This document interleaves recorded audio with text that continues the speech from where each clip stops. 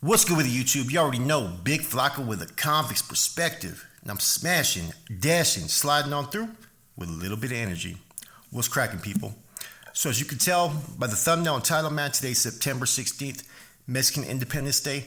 But within one of these organizations, right, these prison groups, today is a day that they pay tribute and homage to the sacrifices of the forefathers of the Nuestra Familia.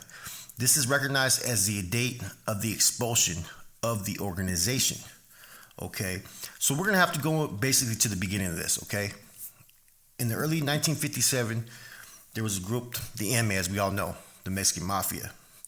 This was founded by an individual named Weddle Buff Flores from Hawaiian Gardens.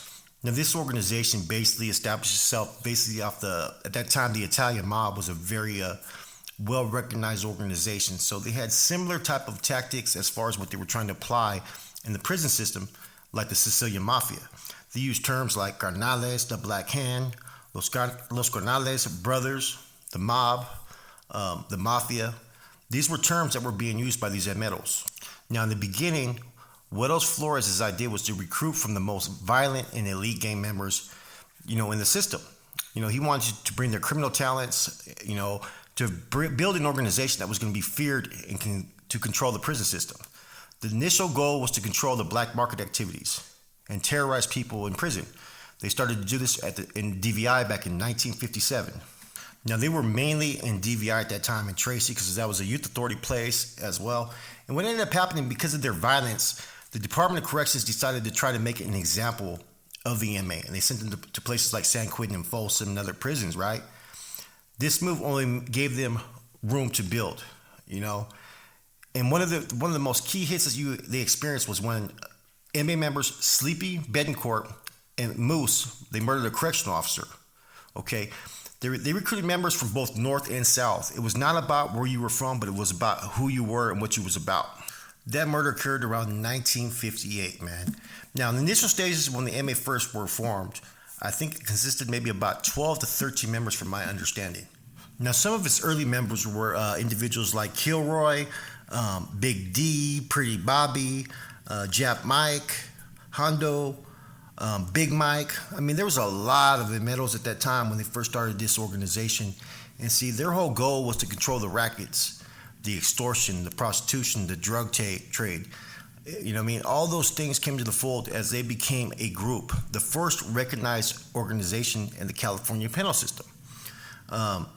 By 1960, right, that's when you had a young Cheyenne Cadena come into the system around that time. Maybe, I don't know what year exactly, right? But around that time, him and Weddle Buff Flores are the ones that changed the direction in making the MA a blood oath.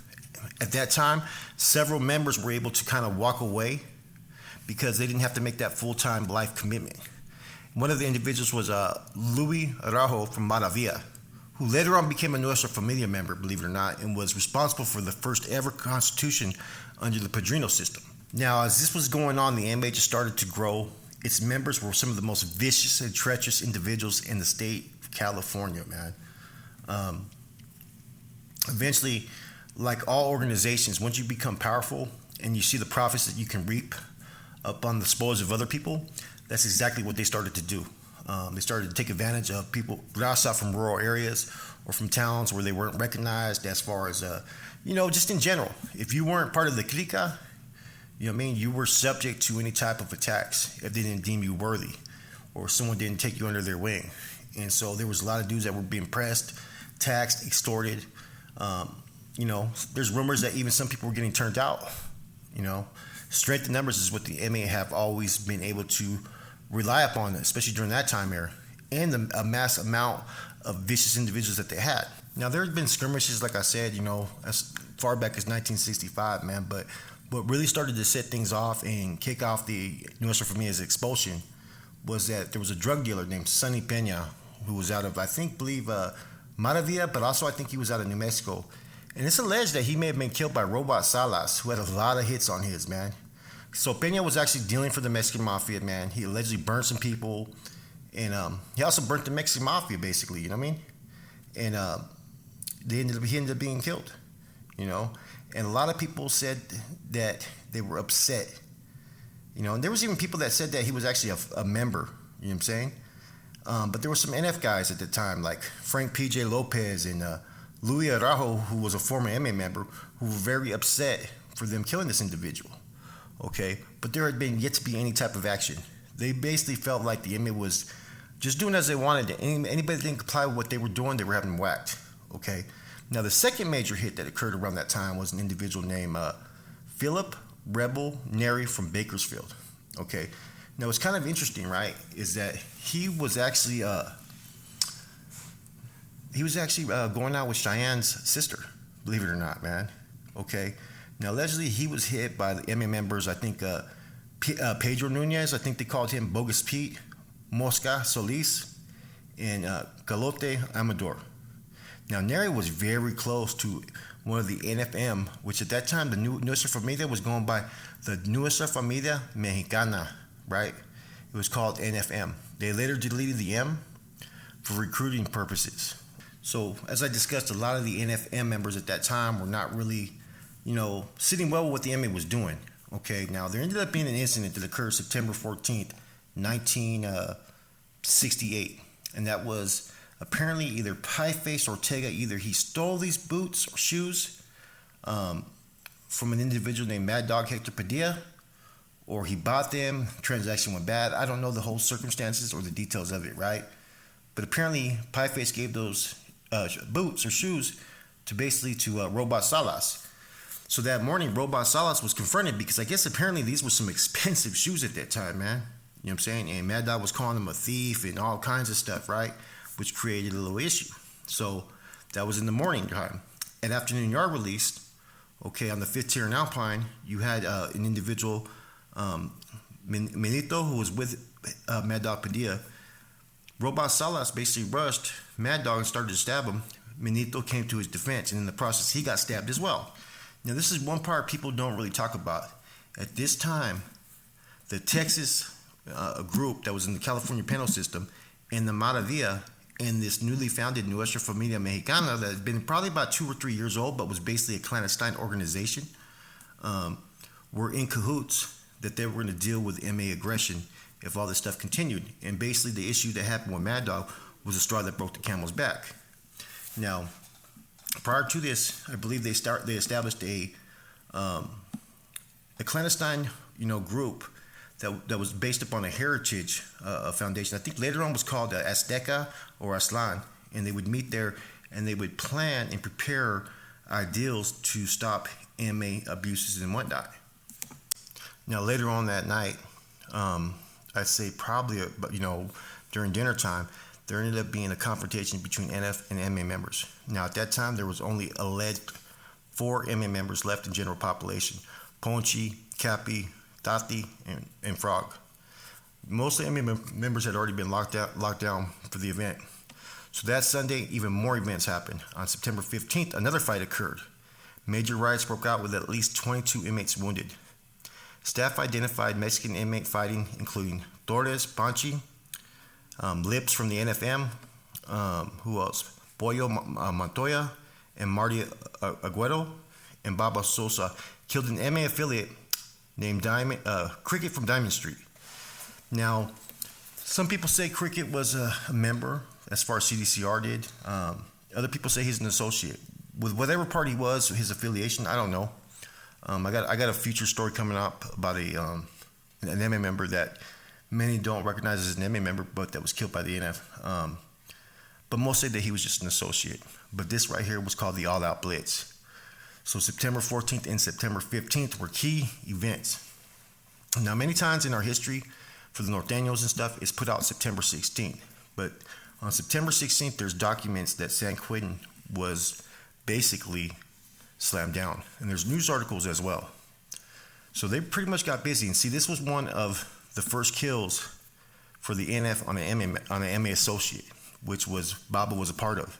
And that later helped him be affirmed and appointed to a general position. So this day, like I said, man, there's been all kinds of different speculations. There's been different things that have been put out. All this occurred from all the abuses and oppressions that were going on beforehand. These were being built up. There were, like I said, there was numerous incidents over and over again. And Malavia was very influential in this as well, because the fact that the individuals that were basically hit, killed, were very close to individuals from Malavia or were Malavia themselves. So those were the three groups, the three alliances, basically, before the September 16th expulsion. So what the agreement was between these groups, that one of these groups was going to go first, and if they didn't take out the MA, the next group was going to deal with them. That was an arrangement that was between the NF, the Texas cars, which, like the Texas Syndicate. This is before I think they were even Syndicate. I think they became that later on, like in 70, 72, but I could be mistaken there, as well as the Malavia car. So the whole ultimate goal was to stop MA aggression. So this is a day that they pay homage to, tribute, every year. The Carnales, the Northerners, Norteños, if you're in the hole, you're going to have the day off, no clecha. The only education you may get is a filter or discussion up on the yard. It's a day to pay tribute and recognize, the forefathers that took that stand. And see, people forget, man, that in order to have what you have today in the prison system, there was a lot of sacrifices that were made. And, I will always pay tribute and respect to those Carnales at that time who took a stand against MA aggression and oppression to later on make it easier for me to walk those lines, as well as everybody else that made those sacrifices. And, these were true guerreros. This is way before there was ever mob-like activities, organizational activities within the NF. Now, a couple of little interesting things about what we just discussed, right, is this. Right afterwards, they started to move all the MA members either to AC or transferred to Folsom. San Quentin, the NF was left there. They started to transfer a lot of people out. They used to do that all the time and move people around. And so this is when the recruiting started to happen. There was a few other skirmishes that happened afterwards based upon this incident. DNF were there to be reckoned with. But at that time, they were able to coexist after about a year. I think there was some peace for about 2 years, man. I think 1972 is where everything kicked up, man. But there was always tension. A lot of people, all they wanted to do was do their time without being dictated or being oppressed or threatened. And that was one of the key things of why the NF took a stand, was just basically so no longer would Raza have to be tormented with any type of abuse or pressure from the MA. And later on, like I said, all these groups have a different agenda and purpose when they come out, but they always start to thrive up on their own. But there was a lot of individuals that were involved, like, Blips, Babo, you know what I'm saying? Marty, Aguero, Boyo, all these individuals, within the NF really took a stand for the people, like I said, man. And you're always going to have to respect that, because these dudes were doing this in a time when they were outnumbered. They were young kids in the system. That's what people forget, man. The MA and MA were both, very, very new. The MA was a little bit older, had a little bit more older leadership. Some very well seasoned and beast individuals. But at the same time, when you have a cause to fight for against any opposition, and you build a force to fight back against any type of oppression or aggression, that group's going to have a reason to fight. You know what I'm saying? And like I said, the shoe war was the straw that broke the camel's back. We call it the All-Out Blitz, the expulsion of the NF, and basically this was a time when the NF were like, we're coming out. We're here to push this line. We're here to recognize things. And the NF was basically had a very simple constitution. They had the padrinos and so forth, and a different type of chain of command structures. It was very simple, though. And I think that they had not made a lifetime commitment within this group. Later on, they did. But like one of the individuals that was key in writing the very first NF Constitution, like I said, was Luis Araujo, a former Mexican Mafia member. Now you had other individuals that were involved, like, Freddy Gonzalez from San Diego, Bruce Weddle Morgan, Juan Valdez, John Valdez, all these individuals from Glanton, Big Bassett. There was nobody from up north yet that was recognized. Now Mad Dog, who became an NF member later on, at that time was just an associate. He later on joined the NF. But it's kind of interesting that there's two individuals, if you notice, that were involved in some of the major incidents. One is Mad Dog. Mad Dog was involved in a lot of incidents. Not only was he involved in the shoe war, he was also there when they killed Cheyenne. He was part of that crew. And I think that, the rumor mill started to, people started talking to the system about the NF and what they were doing. Like I said, they had their own little newsletter. Chalo, right? This is another interesting thing that people don't discuss too often. Is Chalo Hernandez was cousins to Cheyenne. That's a trip. And the individual, like I said earlier, Rebel, used to date Cheyenne's sister, and I think even Cheyenne was dating his sister, Rebel. And another thing that people don't know about, man, I don't know what department it was, but it was law enforcement that pretty much stopped and arrested Cheyenne before he had the opportunity to go kill his own cousin. He was going to go kill his own cousin because he was an NF member. And the interesting thing about both these individuals is they both ended up being basically pioneers for more radical ways and ideals and more pro-Chicanoism in the system. Both Chalo and Cheyenne. At the end of Cheyenne's career, when the NF killed him, he was already trying to push a whole different agenda and taking a step back from at first. They say he was a bully, to some individuals like Tiny, and he finally came to his senses and he was trying to do something even bigger. He was far away ahead of his time, man. And like I've discussed that with the Aranda brothers and all them, what ended up happening is that Cheyenne gave his word about that there would be peace. But then you had individuals getting hit in Tehachapi, Susanville, and other institutions, as well as you had the Aranda brothers, they got stabbed as well. Therefore, that was another thing that the NF felt that they had to set an example with. You know what I'm saying? And they did, and those two incidents between 68 and 72 were very key, you know what I'm saying, towards the MA. Because before that, they didn't really have any casualties on their side. The NF had already took a whole lot of casualties from 68 to 72. And by the time, like I said, the organization was totally regimental structure and had the manpower, they had already been separated. I think they got separated around 73 to 74. And back then, you still had a little bit more wiggle room, But say this is a day, man, like I said, for people to recognize and look at and pay tribute, regardless if you're active or inactive.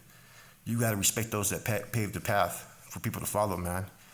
And, I think that in the beginning stages of the organization, I think that they had pure intentions for the people. Later became something totally different. Like Fig has discussed with me, there was no cause or struggle in 72. It was the mob business, mob activity. You had individuals that maybe were into certain political parties, political strife and whatnot. You know what I'm saying? And that's where the term, the Huelga bird, the struggle and whatnot came out later on. And that was basically as an identity marker for those that were aligning with this new group, the Norteños. You know what I'm saying? Like I said, man, the history of the NF and MA, you're going to have different accounts from whoever's presenting it. This is pretty accurate from what you're going to gather from books, from police reports, from even spills from other OGs. We were always told September 16th, we were told a whole different story, man. I mean, it seems like sometimes people will glamorize the story. It's pretty much cut and dry. MA was doing what they were doing, and the NF finally took a stand. Now, people mention, okay, well, were they started to be called the Blooming Flower? No, the Blooming Flower was something that pretty much, from my understanding, the correctional staff gave to a lot of the NF members. You know what I'm saying? Because, at the time they'd have NF on them, they'd say, oh, what's it stand for? They'd say Nancy Flores or, different type of comments like that. And what ended up happening was they were saying that the NF came out of nowhere, around 72. And even 60, late 60s as well, man.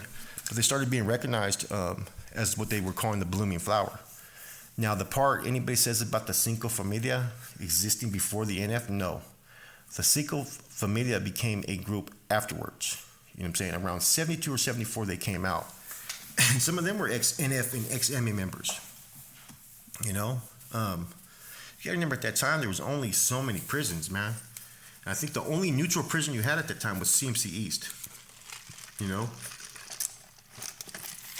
And, September 16th, man, it's kind of ironic that one of the biggest wars in the penal system in California for almost how long, you guys? Like 50 years, right? Occurred based upon the same type of agendas others have had.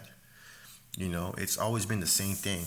And the MA is an interesting group, according to many MA members, they didn't form to protect themselves or whatnot. But at the same time, I kind of think there has to be a little bit of truth that when you're forming a group, you're also forming it for protection as well, to protect your activities.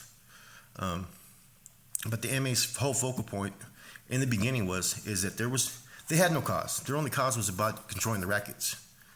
There was no oppression, there was no abuses and whatnot.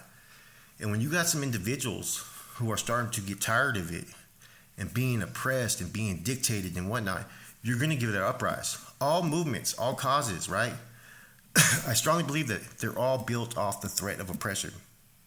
Without it, it wouldn't exist. This was a time era, like I said, man, in the 60s and 70s, it was no joke, man. And it was more about being a convict. So imagine taking that element and now you're bringing in gangs that are fucking fighting for power. Because that's exactly what happened. It was gang wars. They were going at it. People were dying on the streets. People were dying in prison. If you associated with one side or the other, you were subject to being attacked. Plain and simple.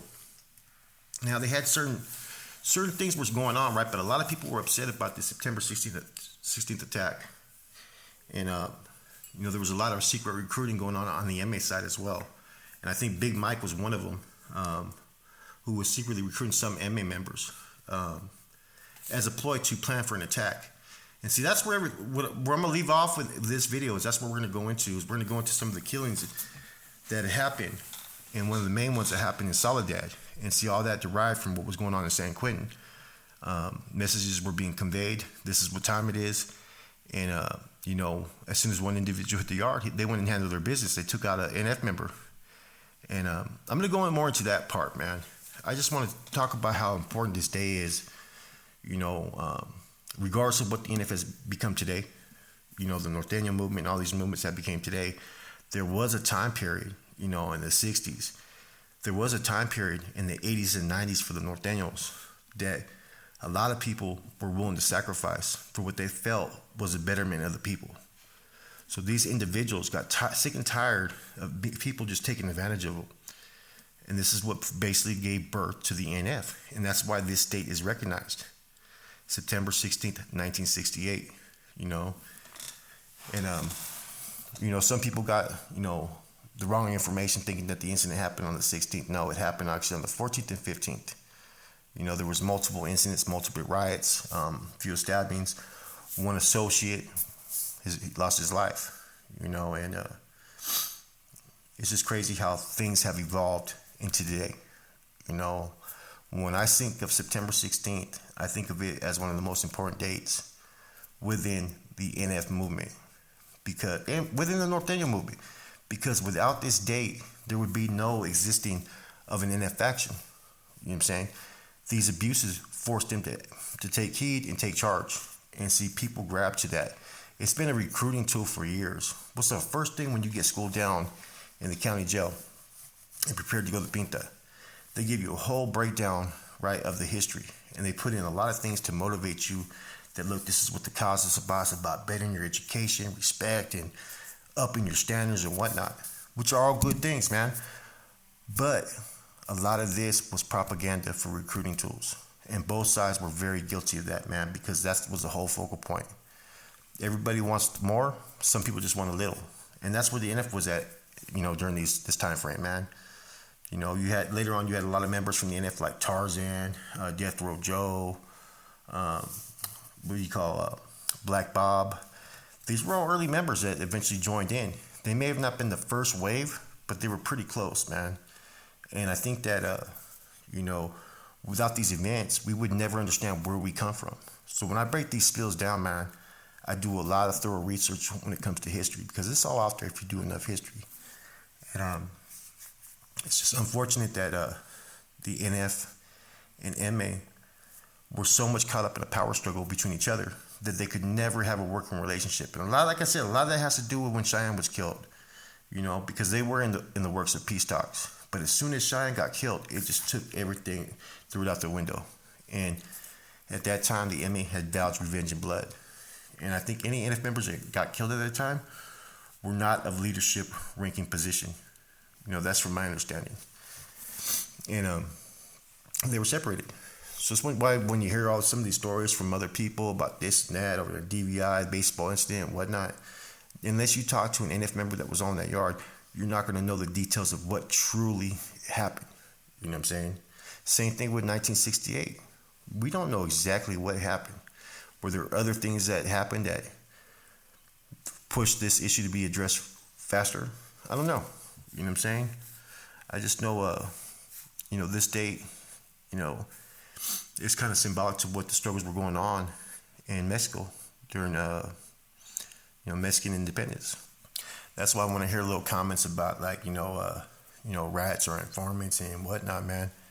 There's dudes that we mentioned right here, man, that are straight fucking stone cold killers, man, that would take you in a heartbeat. So people kind of get those misconceptions that, why people make the choices they make. When people make choices like that on that high of a level, you know what I'm saying? Like eventually a few did, it's because of the politics. And that's what went wrong at that time with the but at the same time, it went from a cause to fight for the people to a money-making mob machine. Because the whole justification was this: all causes need to be self-supportive. Therefore, we need to establish banks and regimental activities out there. And that's exactly what the NF did at that time. And it just became more. But see, there was, like I said before, so everybody knows, there was a time period where they were actually getting along. You know what I'm saying? From like 69 to 71, they coexisted. Some of them were doing God together and, you know what I'm saying, posted up. But it wasn't till stuff started to escalate in San Quentin and it was brought to other facilities is when the war happened again. We'll get to that later on that date. But this pretty much covers as much as, to my knowledge, of September 16th, 1968. Now, a couple quick addressals before I end this, man. Please hit the like and subscribe button. One, I'm going to be having some other articles coming out pretty soon. I got someone that's going to be writing the stories. They're going to be talking about the war with Boxer Enriquez. They're going to be talking about a lot of things that people don't know the details about that actually happened, man. And it's going to be very interesting. Another thing as well, man, is I dropped an album for a label. They requested me to do it. They had actually asked Gunner and Rojo, and then finally found out that I'm the one that actually knew how to rap. And so we just dropped that. I worked on the project real hard, and we're trying to do something bigger that I'm going to be part of. And we are trying to sign other artists and give them an opportunity.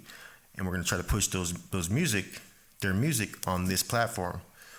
But I have a big enough platform that it should get enough attention. So if you haven't checked out that project, man, check it out on Bandcamp. I'll post it in the links.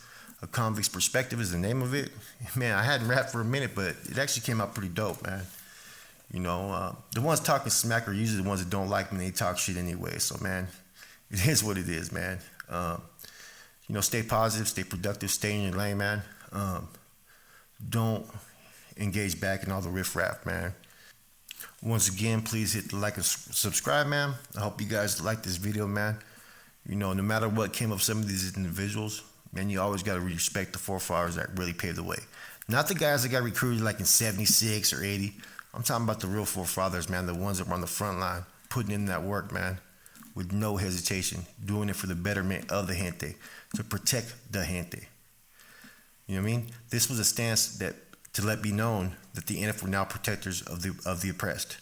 They were protectors now of the abuse, and this inspired a lot of individuals, especially in my career later on, man, being sent wherever I could be sent, knowing damn well I'm probably going to be outnumbered. I'm probably going to have to get busy, knowing that the system's against me, knowing that they're trying to oppress and torment me and do all this stuff. September 16th, to me, is a date where people take a stand and do what's right to protect the people, man.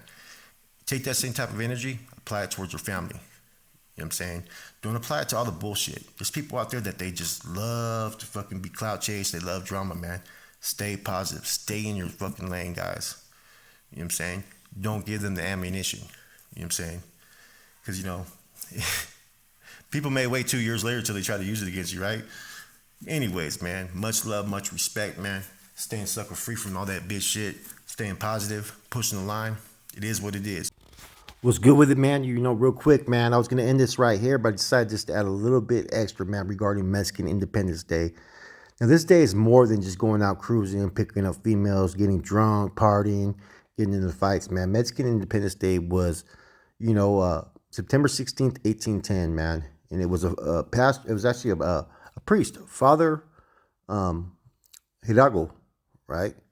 Was the one that first started pushing this movement, man. He started to acknowledge people and tell them, giving uprising in speeches. And they say before this was going on, man, that they were already in a armed resistance towards Spain. A lot of American-born Spaniards, I guess you can call it, man, were already having a little conflict that was going on with New Spain, man. And this ended up being a long war, about 11 years. Morelos, Hidalgo, these are all these different people who kickstarted this movement, man. There was also a couple other key people to this as well. Vicente Guerrero, Guadalupe. I mean, there was all kinds of different insurgents that they called at that time, man. And this was a very bloody war, man. It was a long resistance, and eventually Spaniards, retreated. You know what I'm saying? I'm not going to go into the full details because I know people are going to be doing other spills.